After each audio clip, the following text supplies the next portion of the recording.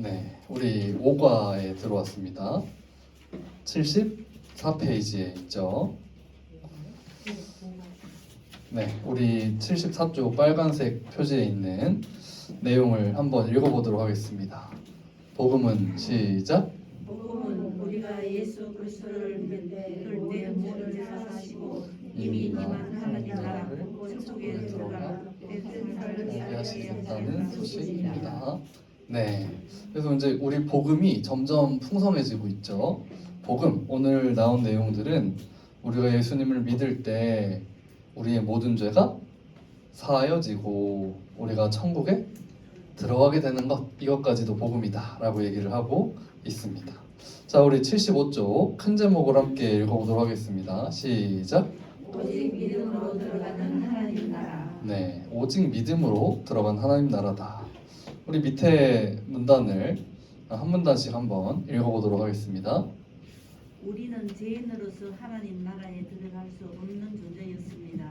아담처럼 하나님이 주 되심을 거부하고 스스로가 주 하나님이 되어 마음대로 살던 자들이었습니다. 그러나 하나님은 우리를 사랑하셔서 자기 아들 예수 그리스도를 이 땅에 보내셨습니다. 그리고는 십자가에서 우리가 받아야 할 죄의 형벌을 대신 받아 죽게 하셨습니다. 이것이 복음 곧 기쁜 소식입니다. 죄로 인해 하나님 나라에서 쫓겨났는데 죄를 용서받고 하나님 나라에 다시 들어갈 수 있는 길이 열린 것입니다. 그러나 모든 사람이 저절로 그 십자가의 은혜를 입는 것은 아닙니다. 믿어야만 합니다. 예수 십자가 복음을 믿을 때 죄사함을 얻고 하나님 나라에 들어가는 복을 받습니다. 그러기엔 믿음은 대단히 중요합니다. 믿음은 구원의 시작이자 신자의 일상입니다. 믿음으로 시작하고 믿음으로 살아가며 결국 믿음으로 완성되기 때문입니다. 믿음이 무엇입니까? 믿음의 대상과 결과는 무엇입니까? 네, 우리 이제 믿음에 대해서 좀 보도록 하겠습니다. 76페이지 가시면 첫 번째 소제목도 이름이 똑같죠. 오직 믿음으로 들어가는 하나님 나라다, 이렇게 얘기를 합니다. 그래서 우리 요 내용, 밑에 내용을 한 문단씩 한번 읽어보겠습니다. 갈라디아에서는 우리가 율법의 행위로서가 아니고 그리스도를 믿음으로써 의롭다함을 얻으려 함이라고 되어 있고, 로마서에는 사람이 의롭다 하심을 얻는 것은 율법의 행위에 있지 않고 믿음으로 되는 줄 우리가 인정하노라고 되어 있습니다.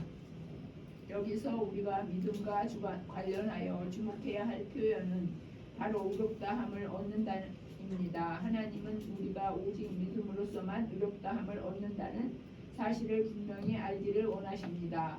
의롭다함은 얻는다는 것은 무엇입니까? 이것이 무엇이기에 이렇게 강조합니까? 왜 믿음이 무엇인가를 얻는 유일한 통로입니까? 또한 우리는 무엇으로 믿어야 합니까? 네, 우리 잘 얘기를 해주셨죠. 우리 밑에 로마서 3장 25절 여기 말씀은요, 사실 3과 할 때 했습니다. 그래서 우리 갈라디아서 2장 16절만 좀 보면요, 여기 이제 한 절인데요, 굉장히 사도 바울이 반복하고 있는 단어가 있습니다. 혹시 한번 찾아보시겠습니까? 의롭다. 네, 의롭게 되는 것, 이런 표현이 몇 번 나올까요? 여기 보면 의롭게 되는 것 이렇게 돼 있고, 또 네, 네 번. 여기 의롭다함을 얻는다, 의롭다함 봤더니 여기 3번 이렇게 있는 거 같죠? 의롭게 되는 건, 의롭다함, 의롭다함. 또 반복되는 단어가 있습니다. 한번 찾아보시죠. 율법의 행위라고 돼 있죠. 율법의 행위라는 단어가 한 번, 여기 2번, 3번. 또 있나요? 또 반복되는 게 있나요? 또 있을까요? 믿음이요. 아, 네, 믿음. 예수 그리스도를 믿음. 그리스도 예수를 믿나니. 그리스도를 믿음으로써.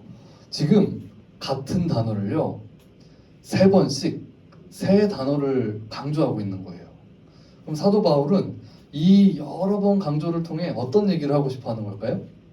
이거를 딱 간단하게 정리하면, 사람이 의롭게 되는 것은 뭐가 아니라 율법의 행위가 아니라 오직 예수 그리스도를 믿음으로 된다. 요 얘기를 하는 거예요. 그럼 이제 요 우리 단어를 보면서 우리 제가 그 3과 때 했던 내용들을 다시 한번 좀 정리를 해보겠습니다. 우리 이제 기억이 나실지 모르겠지만 제가 한번 정리해 볼게요. 우리 1과 2과 때도 얘기를 했지만 하나님께서 우리에게 선물을 주신대요. 이게 바로 하나님 나라입니다. 나라가 있으려면 세 가지가 있어야 됩니다. 혹시 기억이 나십니까? 백성, 네, 백성, 주권, 하나는 뭘까요? 영토가 있어야 되죠. 그래서 이게 이 백성이 아담과 하와였고, 주권, 그 나라의 왕이 누구냐? 하나님이시고요. 영토가 에덴 동산에 있었다는 거예요. 그래서 이때는 너무너무 좋은 복을 많이 받았다 이런 얘기를 했죠. 그래서 하나님께서 하나님 나라에 복을 주셨다. 그래서 물질의 복, 관계의 복, 사명의 복 이런 얘기를 했고, 이 사람은 아담과 하와는요, 이 복을 받기 위해서는 하나님께 무엇을 드려야 될까요? 하나님께 순종해야 돼요. 순종. 그럼 하나님이 어떤 명령을 주셨죠? 먹지 마라. 네, 먹지 마라. 너 선악을 알게 하는 나무 열매를 먹지 말아라. 이거 하나 주신 거예요. 하나. 그럼 이거는 지키기가 쉬웠을까요? 어려웠을까요? 쉬웠다고 말씀드렸죠. 왜냐하면 받은 복이 너무너무 많았기 때문에. 그런데 문제는 우리가 이제 죄를 지으면서 시작이 되죠. 이 모든 복에서 우리가 탈락하게 돼요.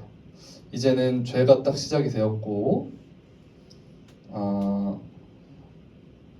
이제는 딱 죄가 시작이 되면서 하나님께서는 여전히 동일하게 거룩하시고 선하시고 의로우시죠. 그분은 완벽하신 분이세요.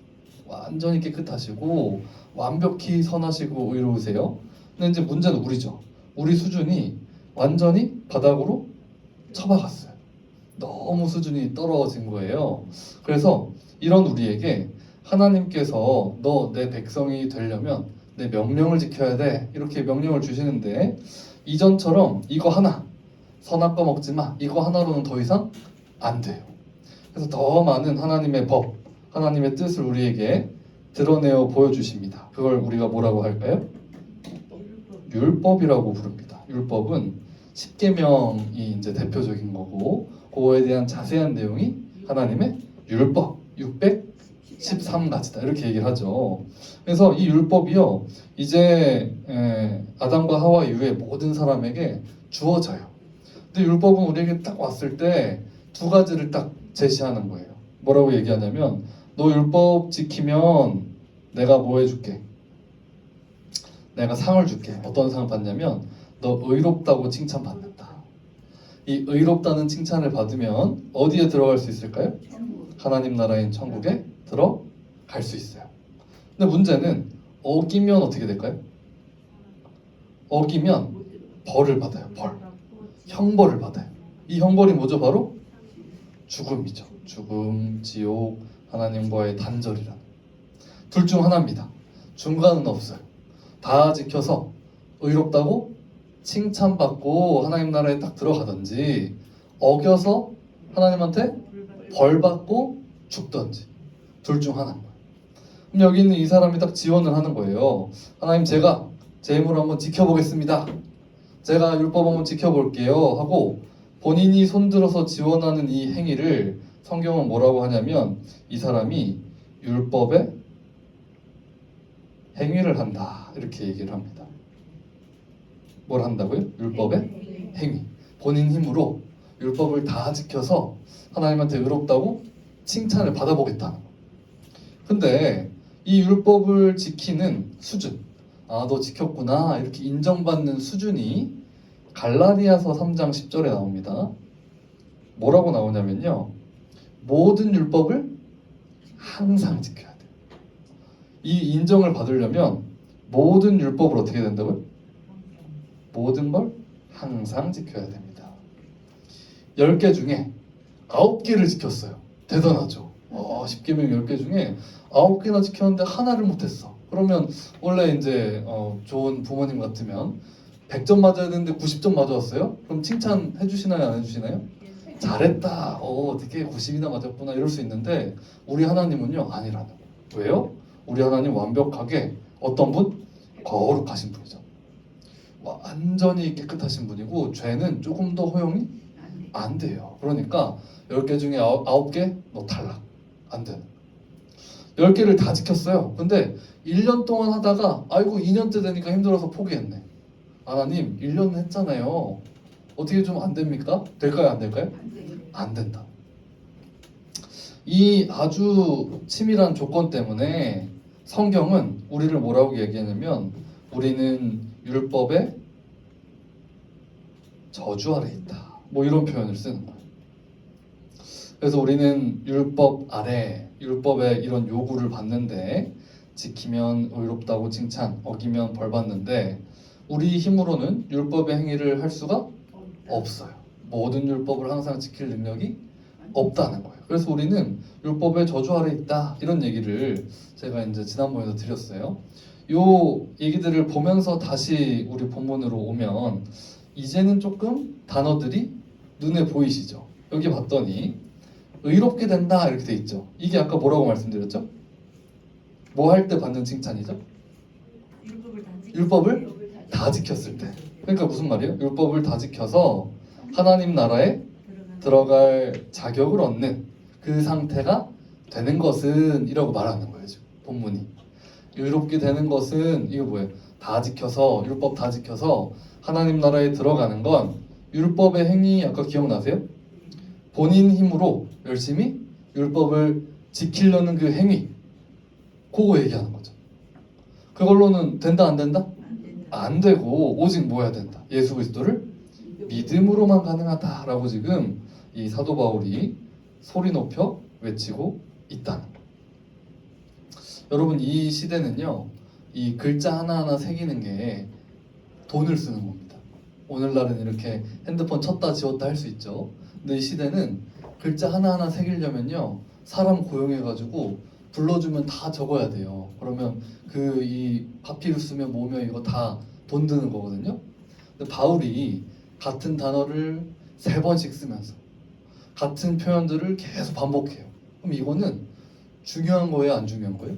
너무 중요해서 사도 바울이 막 화가 났어. 갈라디아 교회가요 믿음에서 떠나려고 그랬어요.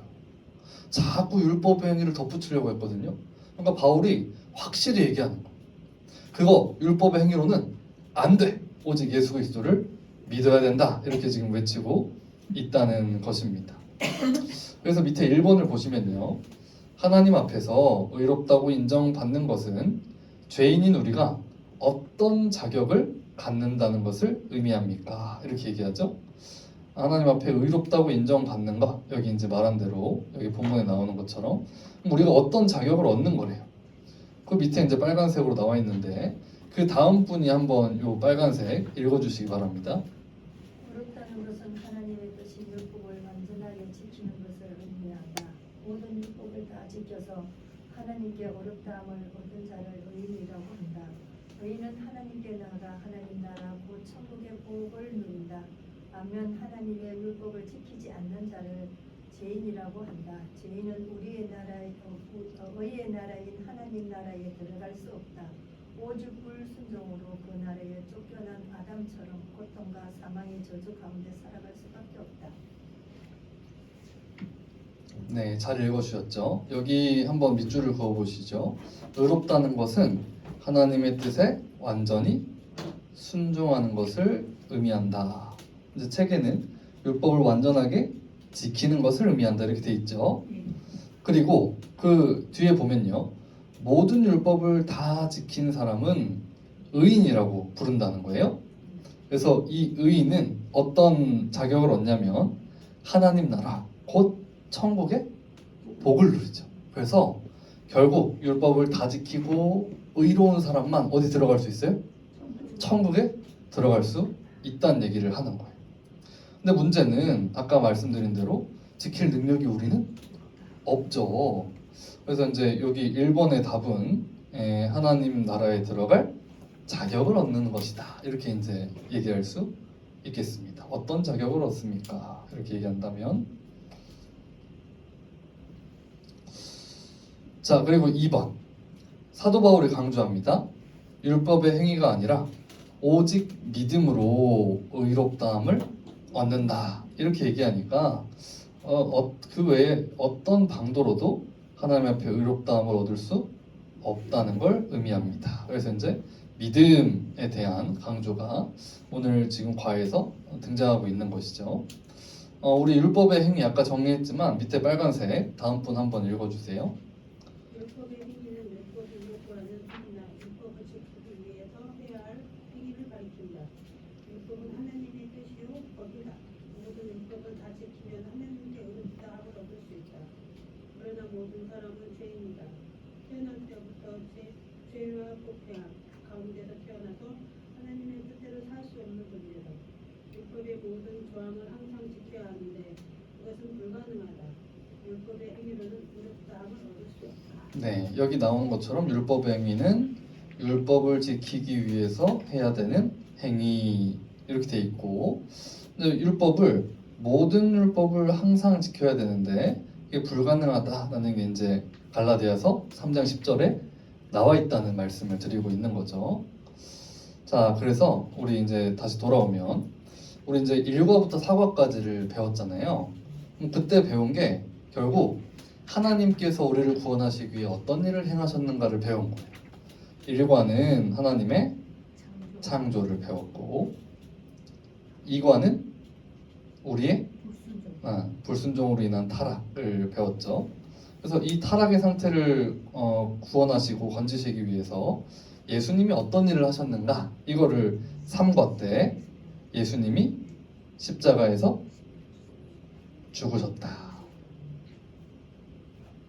그 다음에 4과에서는 예수님이 부활하시고 승천하시고 주가 되셔서 우리에게 성령을 보내셨다. 이제 이런 얘기들을 1과, 2과, 3과, 4과 때 배운 겁니다.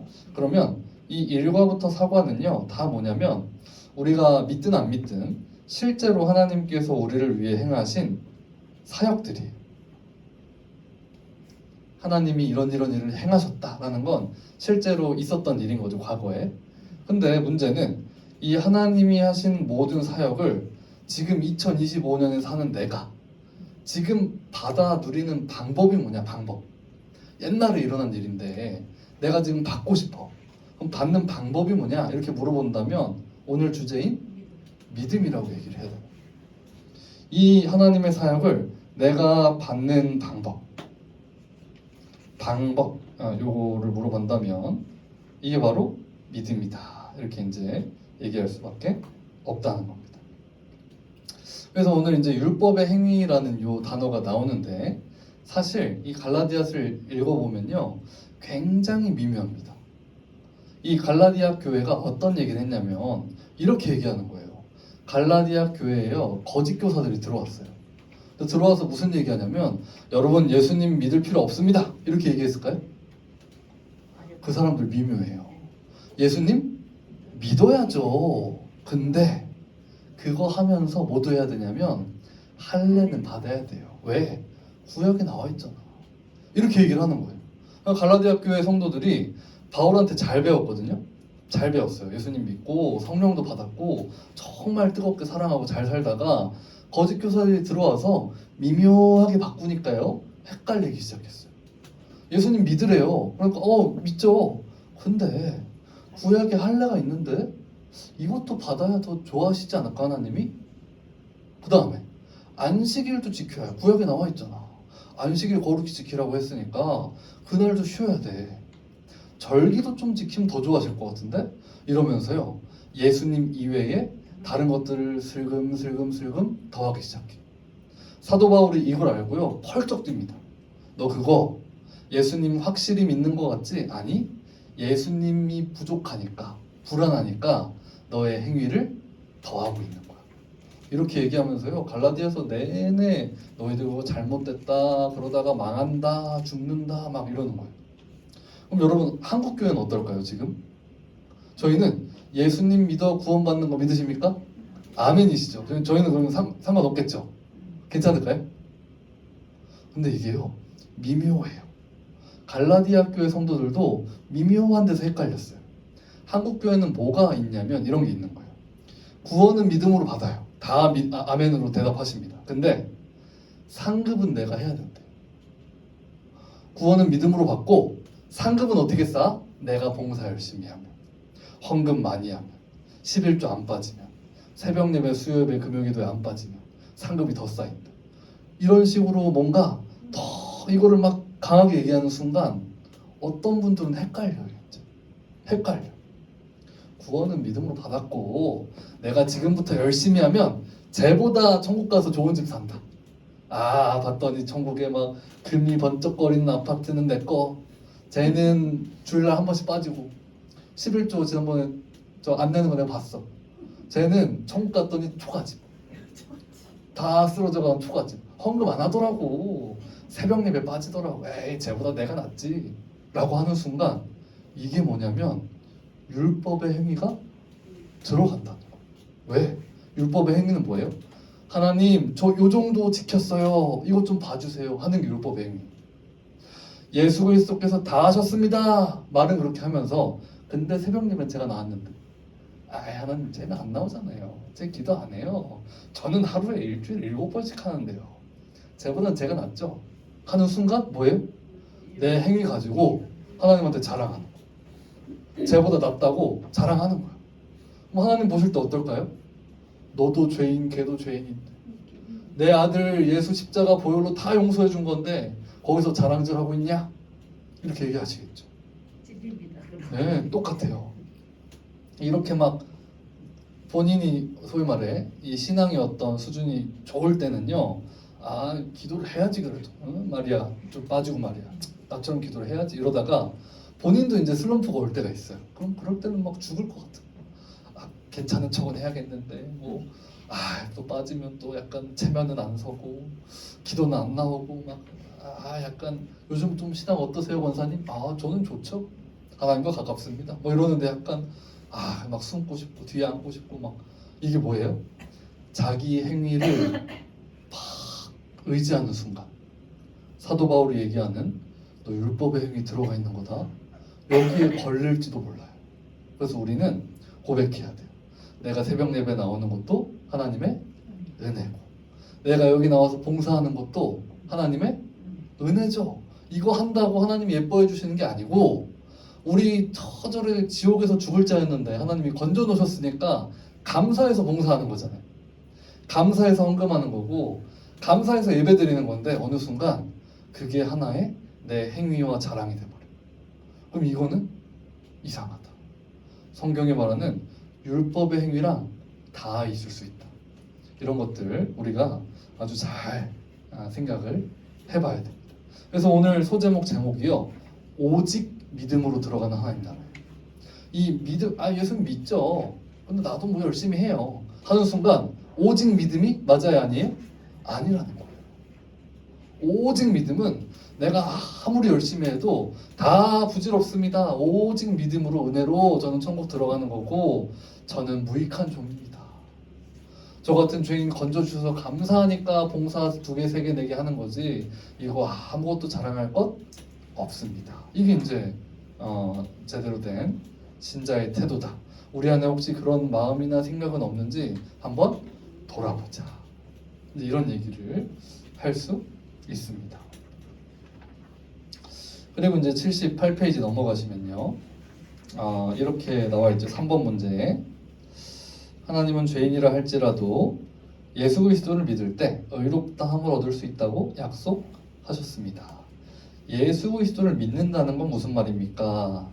밑에 빨간색 글씨를 한번 읽어주세요. 로마서 3장 25절을 쉽게 설명하면 다음과 같다. 하나님께서는 예수님을 우리를 대신하여 죄의 형벌을 받을 화목제물로 내어주셨다. 즉 누구든지 예수님의 피 화목제물로 죽으심을 믿음으로써 모든 죄를 용서받고 의롭다함을 얻을 수 있게 됩니다. 네, 여기서 이제 어떤 얘기하는 거냐면 예수님을 믿는다는 건 우리 3과 때 배운 것처럼 예수님이 바로 우리 죄를 대신하여 죄의 형벌을 받으시고 죽으신 화목 제물이 되셨다. 우리 3과의 내용으로 연결하면 형벌 대속적 죽음을 죽으셨다. 이제 이런 내용을 믿는 거예요.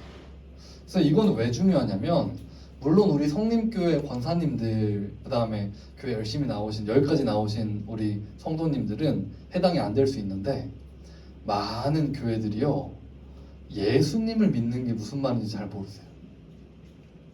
뭐냐면 약간 내가 무엇을 믿는지 성경을 더 알아가려고 하지 않으세요. 어떻게 그냥 교회를 다니냐면 느낌. 예수님 믿으셔야 됩니다. 아 믿죠? 뭘 믿으시죠? 그건 잘 모르겠지만 오늘 교회 갔다 왔더니 기분이 좋아요. 자 우리 설교 시간 믿음이 약하십니까? 자 믿습니다. 3번 외칩시다. 시작. 믿습니다. 이러면 막 해가지고 예배 끝났어.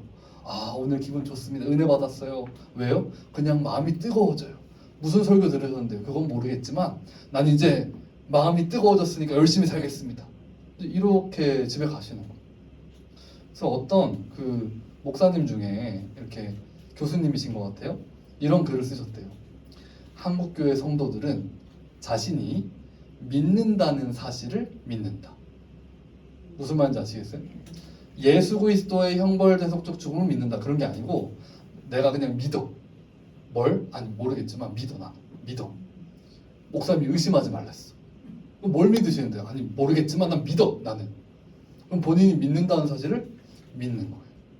그러니까 보통 이렇게 주변에 난 아직 예수님 잘 모르겠어 이러면 그래 그럼 너 한번 예수님 누군지 내가 알려줄게. 앉아봐라. 복음의 기초를 같이 공부하자. 이래야 될 텐데 그런 얘기 하지 마. 그거 믿음 약한 거야. 세게 믿어야 돼. 세게. 이렇게만 가르쳐버리면 이상하죠. 뭘 믿어야 되는지를 안 가르치고 그냥 의심하지 말고 힘내서 뭔가 소리쳐라. 이렇게만 얘기를 한다는 거예요. 그래서 우리가 무엇을 믿는지를 잘 알아야 됩니다. 젊은 청년들로 내려갈수록 이게 이제 심해집니다. 요즘은 우리 권사님이나 집사님들과 비교도 안 될 정도로 굉장히 몰라요. 성경을 너무너무 모릅니다. 너무 몰라가지고 약간 그 중등부, 고등부를 어떻게 좀 잘 사역을 하느냐 이런 얘기 하다 보면 성경 가르침 지루해 하니까 요즘 유명한 찬양팀 집회를 주로 데려가자 뭐 이런 계획을 많이 하는 거예요. 물론 좋아요. 가서 찬양하고 이렇게 마음을 열고 주님 예배하는 시간들이 없는 것보다야 100번 낫죠. 근데 거기서 끝난다면 굉장히 안타까워요. 그래서 이제 그런 경우가 생기는 거예요. 어떤 찬양팀 몇 집의 무슨 곡은 막 다 알아. 그거 이번에 새로 나온 앨범이구나. 그 찬양 좋더라고. 다 알아. 근데 성경은 몰라. 그래서 이제 이런 얘기가 있다고 하죠. 에스겔? 이번에 새로 나온 찬양팀 이름인가요? 뭐 이렇게 얘기한대요. 에스겔이 성경에 있는 게 아니고 무슨 찬양팀 이름인 줄 알아. 그래서 약간 이 친구들은 그 분위기가 너무 강해지면 어떻게 가냐면 내가 은혜 받고 믿음이 강한 증거는 뭐냐? 예배 시간에 찬양 시간에 손을 들고 눈물이 나면 난 믿음이 좋은 거. 쟤는 손 들고 울어. 근데 난 눈물이 안 나. 난 믿음이 약한 거. 철저히 뭘로 가요? 느낌과 감정. 내 마음이 오늘 예배 드렸더니 약간 울적한 마음이 좀 해소됐어. 하나님이 위로를 해주시는 것 같아. 그 마음만 가지고 집에 가. 그러면 형벌 대속적 죽음이 뭔지, 예수님 부활하심이 뭔지, 승천하셔서 주됐다는 게 뭔지, 교회로 산다는 게 뭔지는 관심이 없고 그냥 가서 울적한 마음 좀 위로받고 한 주간 살아갈 힘을 얻었으니까 됐어. 이 수준이라면 굉장히 내가 뭘 믿고 있는지 돌아봐야 된다. 이렇게 얘기할 수 있겠죠. 우리 저기 중등부 선생님이 계셔가지고 제가 좀 조심스럽긴 한데 물론 저도 고등부를 지금 이제 설교를 하고 있습니다만 현실은 어렵더라고요. 아이들 너무 피곤해서 뭔가를 더 가르치기가 정말 쉽지 않지만 어쨌든 이런 수준에 머물러 있다면 굉장히 위험할 수 있다. 이런 생각이 듭니다. 우리 생각하시면서 밑에 한 문단씩 한번 읽어보도록 하겠습니다. 모든 사람은 죄인입니다. 어느 누구도 하나님 앞에서 어렵다 의롭다함을 얻을 수 없습니다. 모든 사람은 율법 아래에 있고 율법의 기준으로 보면 날마다 죄를 범하는 큰 죄인이기 때문입니다. 죄인은 결코 하나님께 나아갈 수 없습니다. 하나님께로 나아간다는 것이 무엇입니까? 모든 죄를 사함받고 하나님의 심판과 저주에서 벗어난다는 것이며 하나님 나라에 들어가 복된 삶을 살아간다는 것을 의미합니다. 하나님의 자녀로서 그 나라에 들어가 하나님이 주시는 풍성한 안식, 곧 평강과 기쁨을 상속받을 수 있다는 것입니다. 죄인은 의의 나라인 하나님 나라에 들어갈 수 없습니다. 오직 의인 곧 하나님께 의롭다고 인정받은 자만 그 복된 나라에 들어갈 수 있습니다. 의롭다는 것은 하나님의 뜻인 율법을 완전하게 지켰다는 것을 의미합니다. 하나님께서 인정하실 때 의롭다 하심을 얻을 수 있습니다. 물론 이미 말했듯이 어떤 사람도 율법의 행위고 율법에서 요구하는 행위로는 의롭다함을 얻을 수 없습니다. 태어날 때부터 부패한 자로 태어나 하나님께 불순종하며 죄를 범하고 살기 때문입니다. 하나님의 율법을 기준으로 볼 때 우리는 날마다 율법을 범하며 죄를 쌓는 죄인일 뿐입니다. 아무리 노력해도 어떤 방법을 사용해도 절대로 하나님께 의롭다함을 얻을 수 없습니다. 다만 죄인으로서 하나님 없는 고통 속에 살아가며 장차 임할 영원한 심판과 저주를 두려워할 뿐입니다. 그런데 하나님께서 우리 같은 죄인을 불쌍히 여기셔서 살 길을 열어주셨습니다. 바로 우리를 살리시려고 독생자 예수 그리스도를 이 땅에 보내신 곳입니다. 하나님은 우리의 죄를 사하시려고 아들이신 예수님을 화목제물로 십자가에서 죽게 하셨습니다. 그리고 누구든지 이것을 믿으면 모든 죄를 사함받고 의롭다함을 얻을 것이라고 약속하셨습니다. 이것이 바로 복음 곧 하나님이 우리를 구원하시기 위해 행하신 일에 대한 기쁜 소식입니다. 이 얼마나 놀라운 소식입니까? 우리 같은 자를 위하여 자기 아들을 십자가의 죽음에 내어주셨다니, 우리 같은 자가 모든 죄를 용서받고 하나님 앞에서 의롭다함을 얻을 수 있다니요. 이제 우리는 예수님을 믿어야 합니다. 예수님이 우리의 죄를 대신 지시고 십자가에서 그 죄의 형벌을 받으셨다는 것을 믿어야 합니다. 예수님이 우리의 그리스도 즉 구원자요 하나님 나라를 이 땅에 회복시키시며 다스리는 주이신 것을 믿어야 합니다. 이것을 믿고 우리 인생 전체를 여기에 부탁할 때 우리는 구원을 받을 수 있습니다. 복음을 믿을 때 예수 십자가 보혈의 은총이 우리를 깨끗게 할 것입니다. 예수 십자가 복음을 믿는 것이 우리가 하나님 앞에서 의롭다함을 얻어 하나님 나라에 들어갈 수 있는 유일한 길입니다. 네, 감사합니다. 밑에 이제 그림이 하나 있죠. 예수님을 믿는다는 건 뭐냐라고 하면 예수님의 인격과 사역을 믿는다 이렇게 얘기합니다.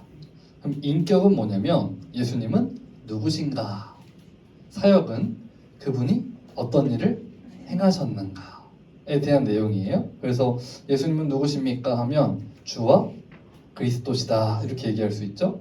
그러면 위에 나와 있는 것처럼 주는 왕이시고요, 그리스도는 구원자라는 뜻입니다.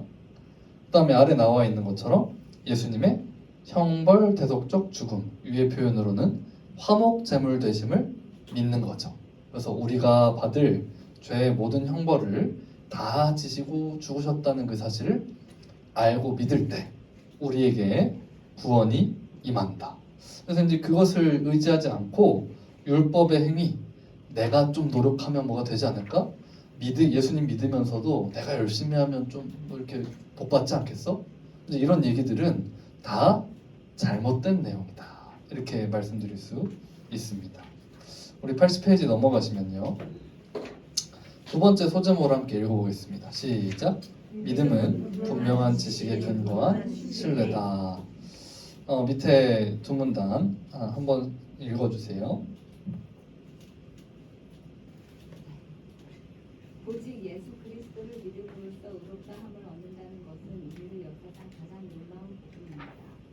아무 희망도 없이 죽은 자처럼 살아가는 사람들에게 하나님께 나아갈 수 있는 길을 열어준 복음입니다. 이제 의롭다함을 얻는 유일한 방법은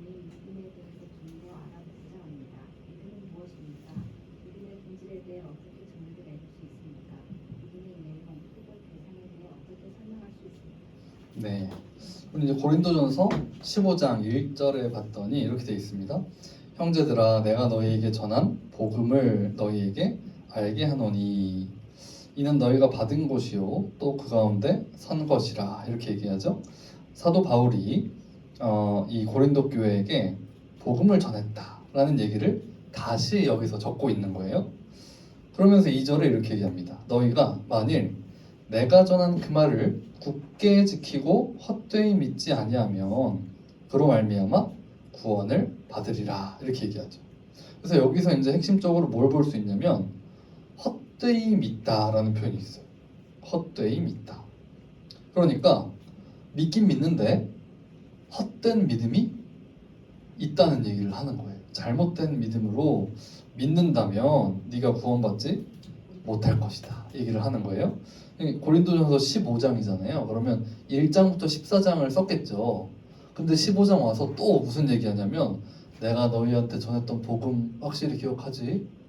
그러면서 밑에 무슨 얘기예요? 예수님 십자가에 죽으셨다가 3일 만에 살아나셨어. 이 얘기를 또 하고 있어요. 약간 뭐냐면 복음은 다시 들을 필요가 있습니다. 우리 교회 오래 다니신 분들 중에는 이제 이런 분들이 계시는 거예요. 목사님들이 예수님 십자가에 죽으셨습니다. 부활하셨습니다. 그거 믿어야 됩니다. 이런 얘기하면 목사님 그 다 아는 얘기 왜 또 하십니까? 제가 교회 평생 다녔습니다. 뭐 이런 얘기를 하실 수 있죠. 근데 성경은 어떤 얘기하냐면 너 또 들어야 돼. 또 들어야 된다. 다시 듣고 다시 확인하고 또 은혜 가운데 거해야 된다라는 얘기를 지금 성경이 하고 있는 거죠. 그래서 1번을 보시면요. 이렇게 얘기합니다. 복음을 전하도록 제자인 사도들에게 맡기셨고 그 사도들을 통해 우리가 성경을 받았죠. 우리는 주변의 모든 사람들에게 그 복음을 분명하고도 풍성하게 전해야 된다. 밑에 이제 로마서 10장 17절 한 목소리를 읽어보겠습니다. 시작. 그러므로 믿음은 들음에서 나며 들음은 그리스도의 말씀으로 말미암았느니라. 아멘. 이 너무 유명한 말씀이죠. 그래서 우리 이제 주변에 믿음이 없는 것 같아, 요즘 좀 약해진 것 같아 이러면 뭐라고 말씀드리면 되겠습니까? 말씀을 들어라, 좀 읽어라 이렇게 얘기를 해야겠죠. 그래서 지난번에도 말씀드린 것 같긴 한데 나 믿음이 없는 것 같아요. 말씀을 봐. 그건 싫어. 난 믿음이 없는 것 같아. 말씀을 보라니까. 그건 싫어. 이건 되게 바보 같은 대화죠. 약간 너무 배고파. 밥을 먹어. 그건 싫은데. 너무 배고픈데. 밥을 먹으라니까. 그건 싫은데. 이거 되게 이상하잖아요, 대화가. 배고프면 밥을 먹어야지. 바보야. 이렇게 얘기할 수 있는 것처럼 믿음은 들음에서 나기 때문에 우리 안에 믿음이 약하거나 좀 흐려지거나 좀 잘 모르겠어. 힘이 빠져. 그러면 말씀을 들어야 된다. 이 예수 그리스도를 바르게 알아야 된다. 이제 이런 것들을 분명히 우리가 가르칠 수 있는 것이죠. 그래서 이제 2번을 보시면요. 우리 믿음의 선배들이 과거에 이런 정리를 해놓은 거예요. 예수님을 믿는다는 건 어떤 요소들이 필요한가? 그래서 믿음에는 3가지 요소가 있다고 가르쳤습니다. 그게 이제 여기 나와 있는 지식, 동의, 신뢰라고 합니다. 믿음은 지식과 동의와 신뢰가 있을 때 비로소 제대로 된 믿음이다. 참된 믿음이다. 이렇게 이제 설명을 했다는 거예요. 밑에 이제 빨간색을 한번 다음 분 읽어주시기 바랍니다. 믿음의 3요소. 전통적으로 우리 기독교에서는 지식, 동의, 신뢰를 믿음의 3요소로 보았다. 믿는 대상 혹은 내용을 분명하게 알고 동의할 뿐만 아니라 그것을 신뢰하고 그의 인생을 의지하며 그에 합당하게 살아가는 것이 참된 믿음의 모습이다. 그래서 참된 믿음은 순종으로 나타난다고 하는 것이다. 네, 그 괄호 안에 있는 게 이제 그 라틴어라고 합니다. 근데 이제 라틴어로 지금 써놓은 이유는 뭐냐면 그 라틴어를 다루는 그 선배들 때에 정해진 이 내용이래요. 그래서 아주 오래된 역사와 전통이 있는 정리겠죠. 그래서 일단 지식이 있어야겠죠. 지식, 하나님을 아는 바른 지식, 예수 그리스도께서 누구시고 어떤 일을 하셨는지를 바르게 알지 않으면 믿음은 생길 수 없어요. 그래서 이제 아무리 열심히 불교를 믿는 분도 불교에서 열심히 믿어요. 근데 성경은 모르잖아요. 그러면 믿음이 좋아도 이제 하나님을 안 믿는 거니까 사실 믿음은 없는 것이죠. 그런 것처럼 교회 안에 교회를 평생 다녔어도요, 혹시나 말씀을 읽지 않고 보지 않고 그냥 습관적으로 그냥 마음에 뭔가 짐을 더는 방식으로만 교회를 다니는 분이 있다면 그 지식이 완전하지 않아서 믿음이 없는 것 아닐까? 걱정이 돼요. 그래서 이제 여기까지 오신 분들이야 이제 열심히 배우시겠지만 혹시나 주일날만 쓱 왔다가 쓱 가시는데 뭔가 성경을 더 알기는 원치 않으시고 그냥 습관적으로 이렇게 일주일간 죄 많이 지었어 오면 이렇게 처음 회개기도 하고 그냥 뭐 가는 거지 뭐 요 정도만 혹시 알고 계신다면 그 잘못된 지식이면 어떡하지? 걱정돼요. 그랬다가 천국에서 못 만나면 어떡할까? 이제 이런 좀 걱정이 드는 것 같습니다. 그래서 지식을 바르게 해야 되고 그 다음에 동의입니다. 동의는 뭐냐면 말씀을 읽고 묵상하고 우리가 붙들다 보면 여기 있는 내용들이요 동의가 돼요. 아 이거는 부정할 수가 없다. 읽다 보니까 너무 진리의 말씀이다. 이런 것들이 동의가 돼요. 그 다음에 마지막 단계가 신뢰입니다. 여기 있는 신뢰는 뭐냐면 이게 진짜 사실이라면 하나님이 살아계시고 그분이 거룩하신데 내가 죄인이야.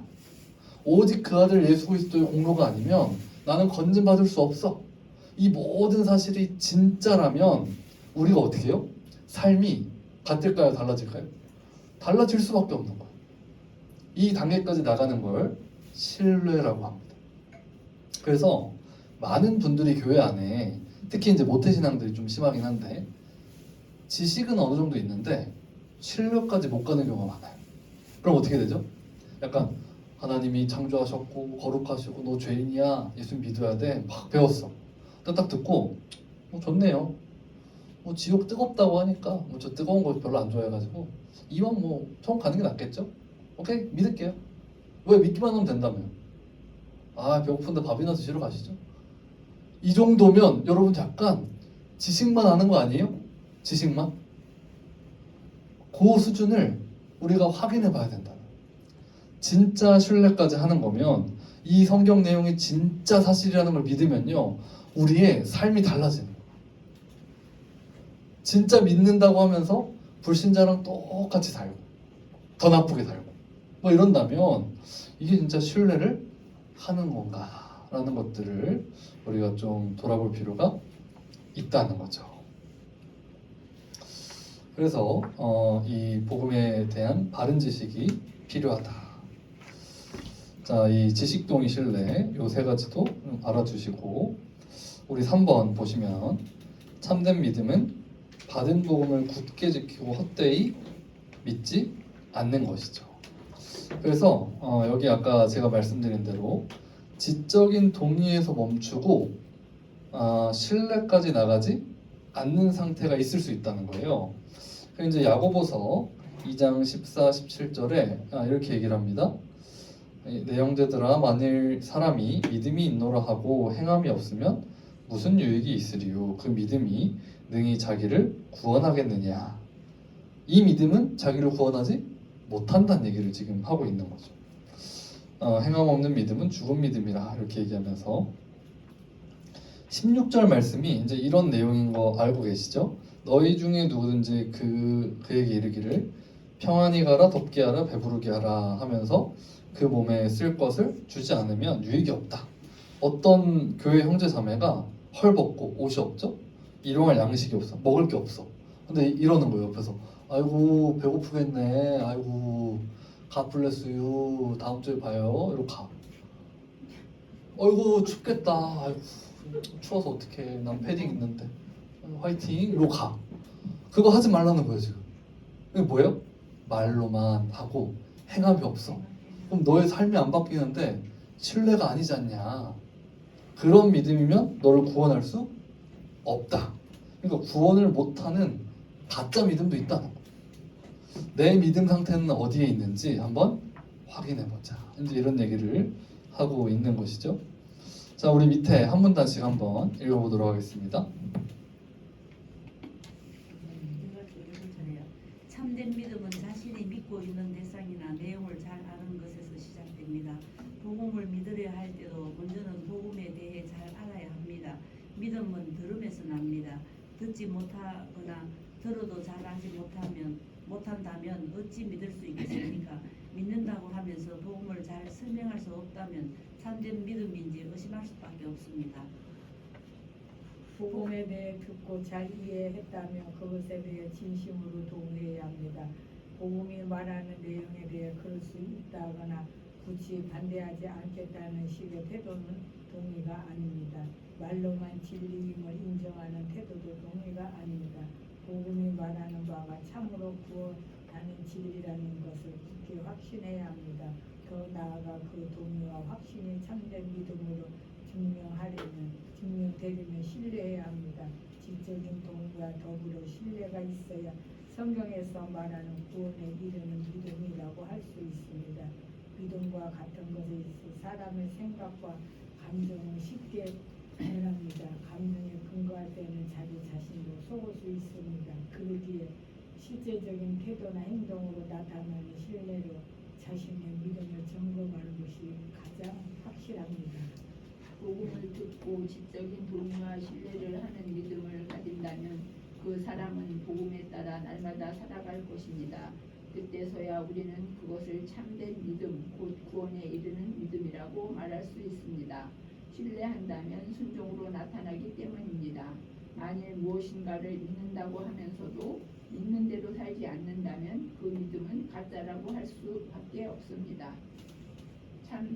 참된 믿음은 복음을 잘 알고 그것이 구원하는 진리임을 믿으며 그에 따라 사는 것입니다. 이것이 복음을 굳게 지키는 것이며 헛되이 믿지 않는 것입니다. 반면 굳게 지키지 않는 것은 무엇입니까? 복음을 굳게 붙잡고 그것만을 신뢰하며 살려고 하지 않는 것입니다. 헛되이 믿는 것은 무엇입니까? 그저 복음을 거부하지는 않으며 주일에 교회만 다니는 식으로 적당히 종교 행위를 하더라도 돈을 받는다고 믿는 것을 말합니다. 그러나 이것은 참된 믿음이 아닙니다.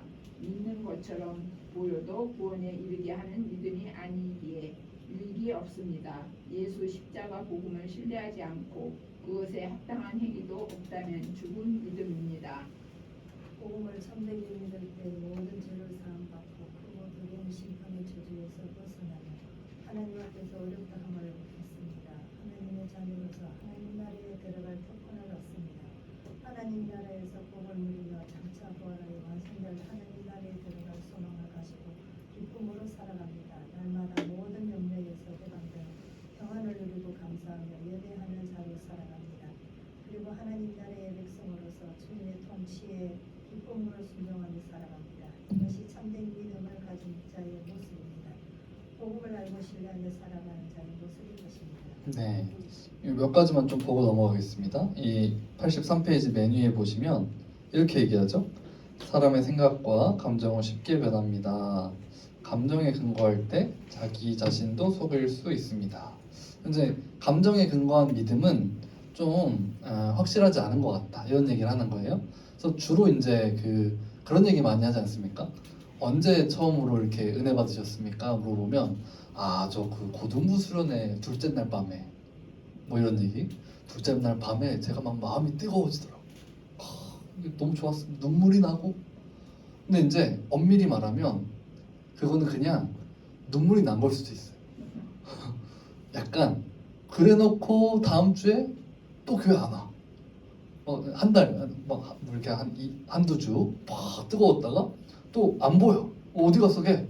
잠수 좀 탔습니다. 뭐 이런 얘기하고 무슨 해녀도 아닌데 자꾸 막 잠수 타고 이러면 이상하잖아요. 근데 이게 약간 사람 감정은 믿을 게 못 되죠. 그때 잠깐 좋았다가 나빴다가. 그래서 그걸로 내 믿음이 좋았다, 세졌다 이렇게 보기보다도 진짜 이 바른 지식에서 그리스도를 아는 믿음 가운데 견고히 세워지는 신뢰가 중요하다. 이제 이런 얘기할 수 있고, 요 아래 이제 그 아래 문단 보시면 이 말이 너무 무섭죠. 헛되이 믿는 것은 무엇입니까? 이렇게 얘기하면서 이렇게 얘기해요.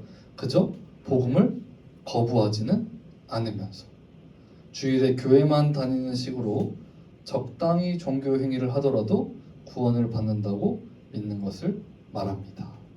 여러분 이거 너무 무서운 문장 아닌가요? 혹시나 우리 주변에 이런 사람이 있다면 복음 뭐 불편하지 않아? 난 교회만 가면 되지 않을까?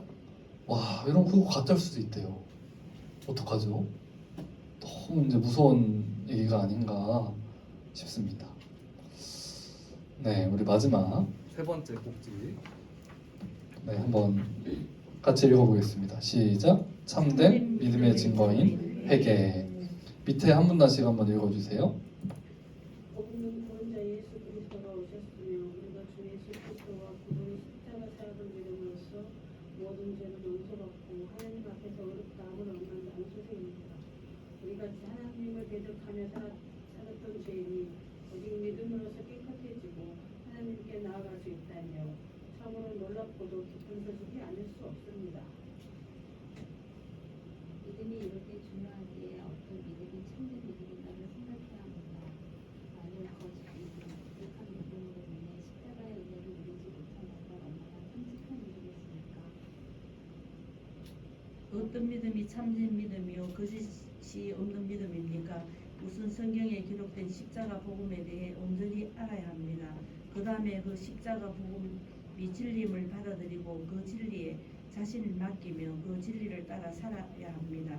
올바른 지식과 진정한 동의와 굳건한 신뢰가 참된 믿음의 기본적인 요소입니다.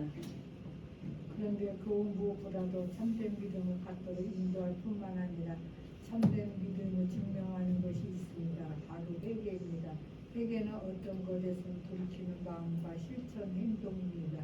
무엇인가 새로운 것을 믿고 받아들여 살아가기 위해 가져야 할 태도라고도 할 수 있습니다.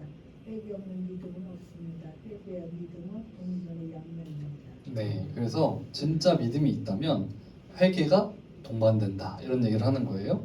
여기 이제 회개의 아주 대명사 삭개오 얘기가 있습니다. 예수님이 여리고에 들어가셨을 때 삭개오가 있었죠. 근데 2절에 삭개오 소개를 봤더니 세리장이요 부자라 이렇게 얘기합니다. 세리는 어떤 사람이죠? 세금 걷는 사람이에요. 근데 지금 예수님 시대에 이 유대 지방을 어느 나라가 다스리죠? 로마. 그러니까 다른 나라가 지금 쳐들어와서 이 유대를 다스리는 상황이에요. 근데 세금을 걷어가요. 그럼 약간 옛날 우리나라로 치면 일제 시대죠. 일본이 와가지고 우리나라를 자기 땅으로 점령하고 우리나라에서 세금도 걷어가고 했잖아요. 그럼 이제 그거 생각했을 때 여러분 이 삭개오는 유대인이면서 지금 어느 나라 일을 하고 있는 거예요? 로마의 이 어떤 공무원으로 일을 하는 거예요. 우리나라에서도 일제강점기 때 일본 공무원으로 일하던 사람을 우리가 뭐라 불렀죠? 친일파. 이제 뭐 저 매국노 뭐 이렇게도 부르고. 그러니까 사실 요 세리장이요 하는 순간 아 걔는 나라에서 매국노겠구나. 그래서 약간 친로파 뭐 이런 느낌이겠죠. 그래서 로마 좋아하고 심지어 그냥 공무원도 아니죠. 뭐 하는 사람? 세금 걷어가는 사람. 그럼 예를 들어 이제 나라에 120만 원을 올려야 돼요. 그럼 얼마를 걷을까요? 150, 뭐 한 200 이렇게 걷어서 120 올리고 나머지 내가 갖고 이제 이렇게 했겠죠. 그러니까 사실 그 중에서도 장이래요. 장. 그러니까 약간 세무, 서장 이런 느낌이고 권력자면서도 당연히 뒤에 부자다 이렇게 얘기를 하는 거예요. 그러니까 약간 인생의 목표가 부자였어, 돈이었을 것 같아요. 나라를 팔고 민족을 배신해도 난 돈 많이 벌면 장땡이다. 그래서 돈은 생겼는데 친구는 없는, 돈은 있는데 인생이 무료하고 무의미한 어떤 삶을 살았겠죠. 그래서 예수님이 오셨다는 얘기를 듣고 어떤 반응을 보였을까요? 여기 자신의 이 공허함이 있으니까 어떻게든 예수님 만나고 싶은데 키가 작아요. 그래서 어떻게 했죠? 이제 옛날 성경에 뽕나무라고 나와 있었는데 돌무화과 나무, 이게 입에 안 붙더라고요. 돌무화과 나무에 올라가서 이제 올라가는 건 사실 대단한 열정인 것 같긴 합니다. 그 사실 나이도 있을 텐데 어른일 텐데 나무 타다가 떨어지면 사실 또 무서운데요. 타고 올라가서 대단한 열정이었죠. 예수님이 쳐다보시고 이르시되 삭개오야 속히 내려와라. 내가 오늘 내 집에 유하여야겠다. 이렇게 얘기하시죠. 급히 내려와 즐겁게 영접하는데 7절에 사람들 반응은 어떻죠? 수군거리면서 저가 죄인의 집에 유하로 들어간다. 그래서 이 유대 사회에서 하나님의 율법과 계명들, 소위 말하는 장로들의 전통을 지키지 않는 무리들을 죄인으로 취급했어요. 그 죄인 3종 세트가 있었는데 세리, 창기, 죄인입니다. 세리는 이 세리고 창기는 창녀 얘기하는 거고 죄인은 그냥 많은 범죄를 이렇게 지으면서 율법 안 지키고 다니는 사람들. 그러니까 죄인이랑 사실 창기는 누가 봐도 죄인이잖아요. 근데 세리에 거기 들어가 있었어요. 세리가. 이 정도로 인식도 안 좋고 아주 나라를 팔아먹은 나쁜 놈으로 이렇게 알려져 있는 직업이었다는 거죠. 그런데도 예수님을 이렇게 기쁘게 영접하고 예수님을 집으로 모셔 드렸습니다. 그리고 이제 어떤 내용을 얘기했는지는 안 써 있죠. 근데 이제 확실한 건 예수님을 통해 삭개오가 회개하고 복음을 믿게 됐던 것 같아요. 그러니까 8절에 이제 큰 변화가 나옵니다. 삭개오가 서서 주께 여짜오되 이렇게 얘기합니다. 이 섰다는 건 성경에서 서서는요 공식적으로 얘기했다는 뜻이에요. 그러니까 약간 이런 게 아니죠. 이렇게 갑자기 마음이 그때만 감동이 있어가지고 예수님한테 귓속말로 예수님 제가 그동안 잘못했던 거 다 이제 갚을게요. 이래놓고 이제 사람들 아무도 몰라. 한 일주일 있다가 아까우니까 안는 갚아야겠다. 이제 이렇게 안 하고 사람들이 있는데 다 모아놓고 뭐라 그래요? 딱 선언하는 거예요. 공식적으로. 주여 보시옵소서 내 소유의 절반을 가난한 자들에게 주겠사오며. 뒤에 또 있죠? 만일 누구의 것을 빼앗은 일이 있으면 네 갑절 이게 얼마일까요? 네 배를 갚겠습니다. 이렇게 얘기해요. 이 사람의 우상은 돈이었죠. 나라 팔고 친구 없어도 돈만 있으면 돼. 난 부자가 목표야. 했던 사람인데 예수 그리스도를 만나니까 자기 우상이던 돈을 내려놓죠. 절반을 나눠주고 나머지 중에 여기 표현이 이렇게 돼 있죠. 만일 누구의 것을 빼앗은 일이 있으면 요건 이제 한국말로 보면 기억은 잘 안 나는데 혹시 있으면 갚아볼게요. 왠지 이를 보이긴 하는데 실제로는 어떤 뜻이냐면 제가 빼앗은 사람마다 모두 네 배를 갚겠습니다. 이런 뜻이에요. 그래서 이제 이게 헬라어 원어가 앞에 만일이라는 단어가 붙어 있어서 그대로 번역을 해서 이렇게 된 건데 빼앗은 사람마다 다 네 배씩 갚겠습니다. 이런 얘기를 하고 있는 거라서 사실은 그의 삶의 목표가 확 변화되죠. 그래서 예수님께서 선언하시는 거예요. 여기 구원이 이 집에 이르렀으니 이 사람도 아브라함의 자손이다. 이게 무슨 뜻일까요? 하나님 나라 들어갈 수 있다. 예수님이 선언하셨어요. 확실히 들어가겠죠. 예수님이 선언하셨으니까. 그러면 이제 이거를 우리가 얼핏 보고 이렇게 얘기하면 안 되겠죠. 예수님은 헌금 많이 하는 사람을 천국으로 들여보내 주십니다. 이렇게 얘기하면 안 되죠. 이건 지금 뭘 얘기하는 거예요? 이 삭개오의 변화. 회개. 예수님 믿는 사람은 회개하고 삶이 바뀐다. 그 전에 하나님 이외에 사랑하고 가장 중요시했던 돈이란 우상을 이제는 버리고 주님만을 따르고 자신의 돈으로 주변 이웃과 교회를 돕고 섬기는 사람으로 바뀌었지 않냐. 이런 믿음 있는 사람은 하나님 나라 들어간다. 예수님 이렇게 얘기를 하신다는 거예요. 이제 이거 생각하면서 1번을 보면 예수님을 믿은 삭개오는 그 믿음에 따라 어떤 결정을 합니까? 그리고 이에 예수님은 무엇이라고 선언하십니까? 밑에 빨간색 계상 한번 읽어주세요. 삭개오가 자기 소유의 절반을 가난한 자들에게 주겠다는 것은 구원의 은혜를 받은 자가 감사해서 기쁨으로 행하는 자발적인 행위다. 누구의 것을 속여 빼앗은 것에 대해 내 값전이나 갚겠다는 것은 율법에 의거한 대상이다. 예수님을 믿고 이전에 행한 것을 회개하는 참된 신자는 하나님의 뜻에 순종할 뿐 아니라 기쁨과 감사로 그보다 더한 선행을 하려고 한다. 네, 그래서 삭개오의 결정은 자신의 소유를 나눠주고 소교 빼앗은 사람에 대해서 4배를 배상하는 거죠. 그것에 대해서 예수님은 9절에 왔더니 이 사람이 구원받았고 아브라함의 자손이 됐다라는 것을 선언하십니다. 2번, 회개가 참된 믿음의 기본 요소이기 때문에 회개가 무엇인지를 잘 알아야 된다는 거예요. 밑에 이제 회개 한번 읽어주시기 바랍니다. 다음 분. 우리는 자신의 지난 삶이 하나님을 주로 섬기지 않고 스스로를 하나님처럼 생각하여 마음대로 산 제약된 삶인 것을 알고 후회하며 슬퍼하는 것이다. 또한 예수 십자가 보혈을 의지하여 자신의 죄에 대해 하나님께 용서를 구하는 것이다. 그렇기에 회개는 하나님의 은혜를 의지하여 굳은 결심과 노력으로 하나님께로 돌이켜 순종하는 삶을 사는 구체적인 행동까지 포함한다. 네, 감사합니다. 여기 이제 회개에 3가지 요소가 나와요. 일단 처음에는 알아야 돼요. 지식적인 변화가 있습니다. 회개에는. 아, 이게 하나님 싫어하시는 죄구나 라는 걸 알아요. 그 다음에 2번째, 감정이 따라옵니다. 뒤에 보면 2번째 줄에 후회하며 슬퍼한다 이렇게 돼 있죠. 그래서 죄를 지으면 이전에는 아무렇지도 않았는데 예수님 안에 회개한 자는요, 뭐가 따라와요? 아, 이거 하나님이 싫어하시는데 내가 또 넘어졌구나. 또 이거 너무 싫다, 안타깝다, 막 슬프고 눈물이 나요.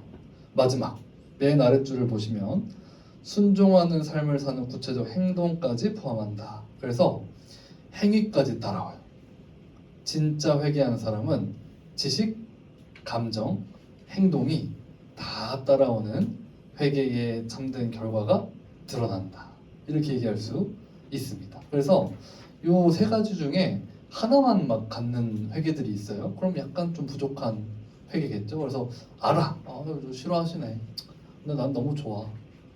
난 죄송합니다. 제가 오늘도 즐기고 오겠습니다. 막 이렇게 하면 되게 이상한 거예요. 그럼 어떤 부분에 가서는 지식까지도 희미해져요.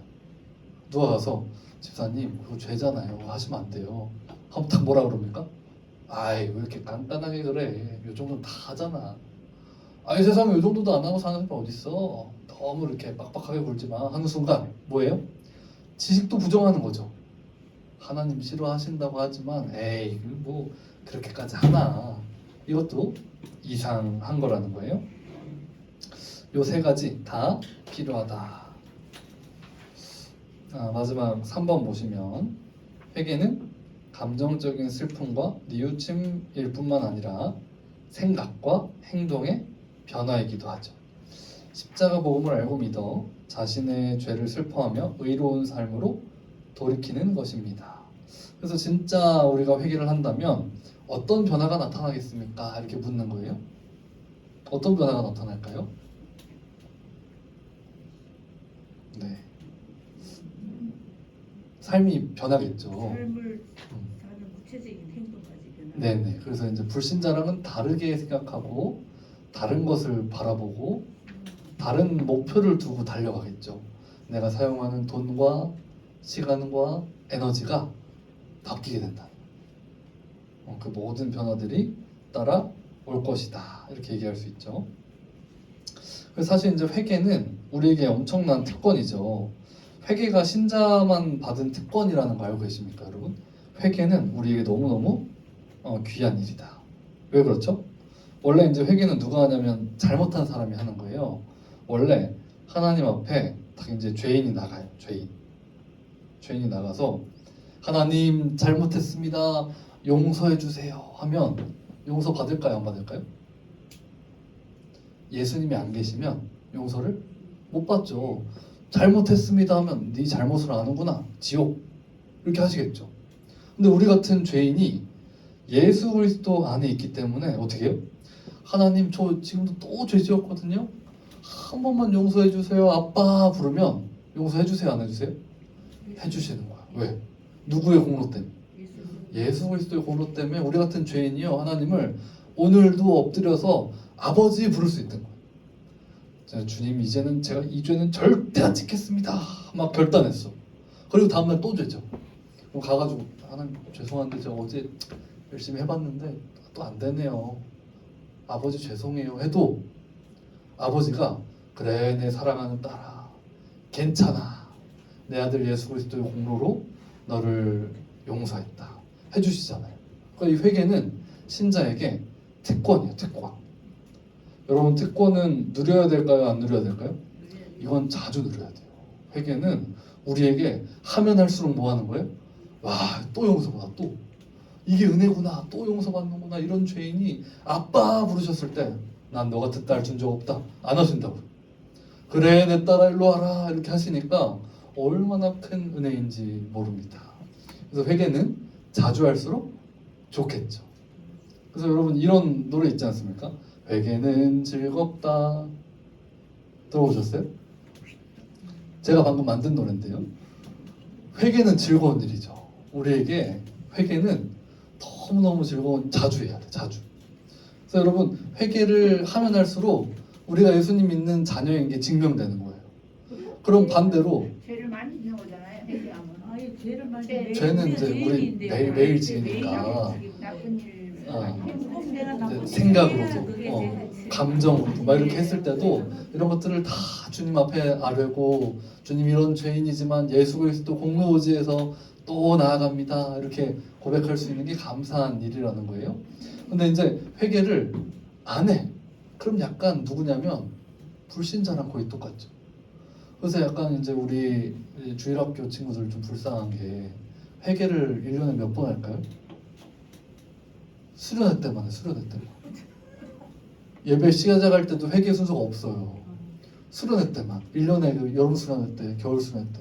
거기 빠지면 안 해. 수련회를 안 오니까 회개를 안 해. 1년에 한 번 할까 말까. 여러분 이 정도면요. 거의 불신자랑 비슷할 수 있어요. 회개를 안 하는데 회개를. 그렇게 죄를 쌓고도 아버지 안 불러.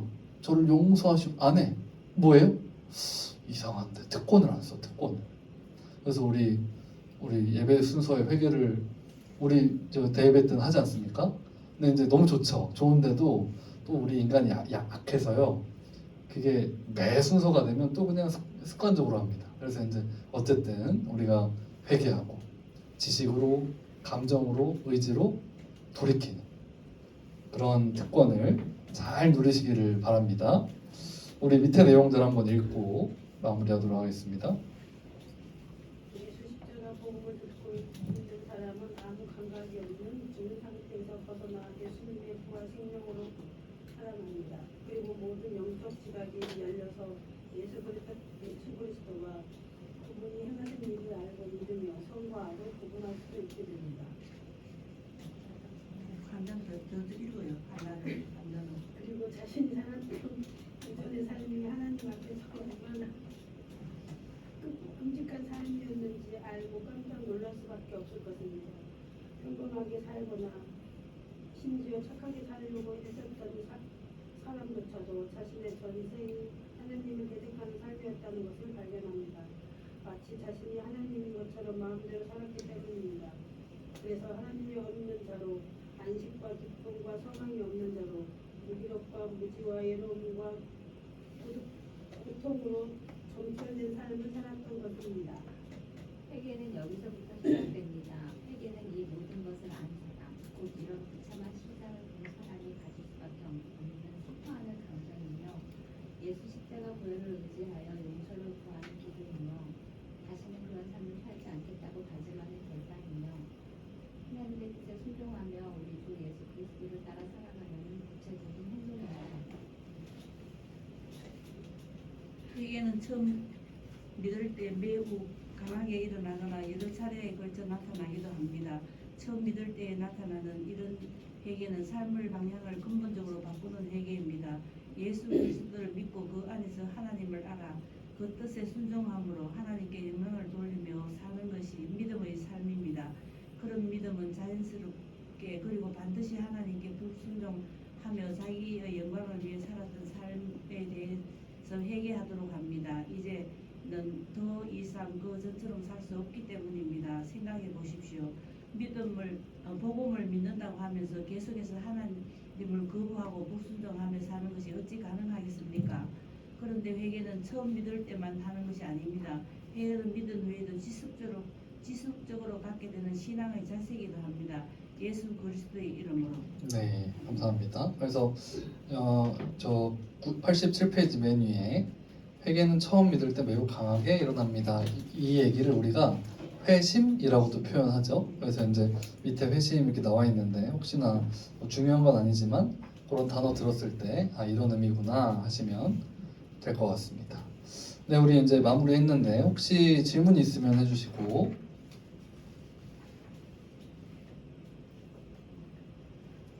오늘 이제 믿음에 대해 좀 봤습니다. 그래서 오직 믿음으로 들어가는 하나님 나라라고 했을 때는 어떤 의미였죠?